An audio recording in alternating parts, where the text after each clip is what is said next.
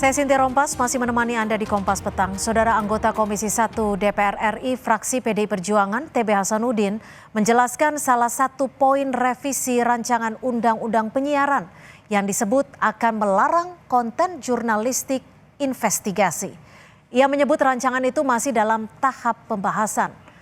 Soal larangan konten jurnalistik investigasi, TB mengaku tidak setuju dengan pembahasan itu. Namun menurutnya ada masukan untuk materi berita yang beririsan dengan proses penyidikan hukum. Perlu adanya penyeimbang dan dikontrol Komisi Penyiaran Indonesia. Meskipun di sisi lain suara menolak datang terutama dari para insan pers karena sejumlah poin revisi aturan itu dinilai bertentangan dengan Undang-Undang Pers. DPR menyebut seluruh aspirasi masih ditampung dan akan dibahas di Balik DPR. Masalah investigasi jurnalistik itu masih kita diskusikan, ya. Ada beberapa bagian yang menyarankan sebaiknya dikontrol oleh KPI. Mengapa? Alasannya mengapa?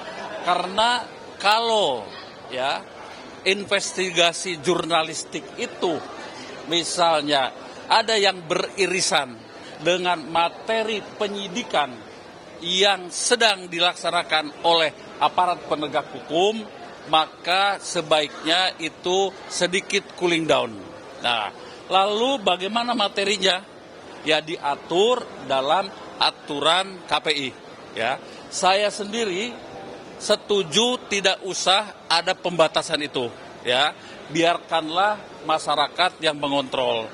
Tetapi tentu kami juga harus mendengarkan beberapa baik positif dan negatifnya dari hasil investigasi itu.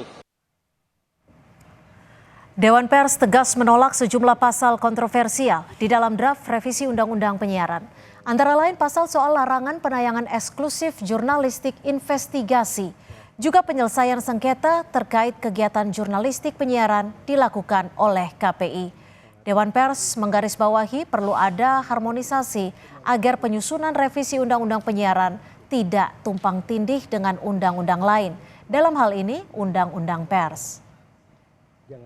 Penyiaran media investigatif itu adalah satu modalitas kuat dalam karya jurnalistik profesional. Nah, yang kedua adalah soal penyelesaian sengketa jurnalistik.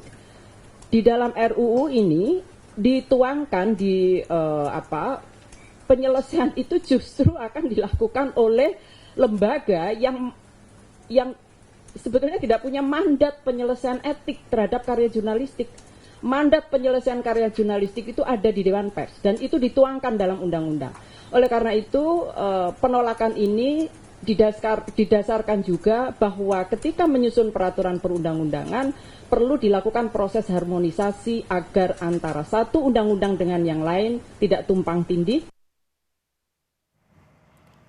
Pasal kontroversial di revisi Undang-Undang Penyiaran antara lain Pasal 50B ayat 2 huruf C.